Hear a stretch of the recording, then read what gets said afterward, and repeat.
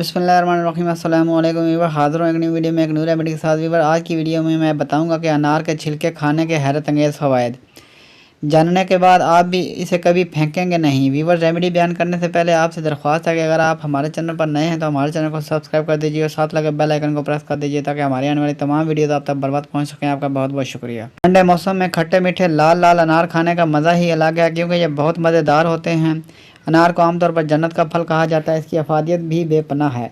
माहिरीन के मुताबिक अनार एंटीऑक्सीडेंट है जो अपने दानों में ही अफादियत नहीं रखता, बल्कि इसके छिलके भी इतने ही कारआमद हैं।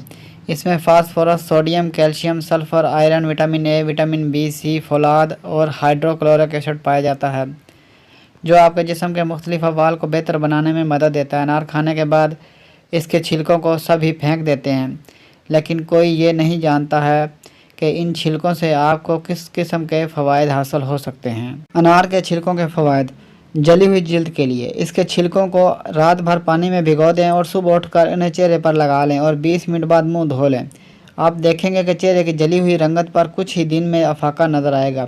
बर्स के निशानात के लिए जिस्म पर सफ़ेद धब्बे या बर्स के निशानात को हल्का करने में अनार के छिलकों का पाउडर बहुत मुफीद है। पेशाब के मसाइल। अनार के छिलकों को एक गिलास पानी में भिगोकर पीने से पेशाब ना आने या रुक रुक कर आने के मसाइल कंट्रोल हो जाते हैं। भूख ना लगने की तकलीफ़।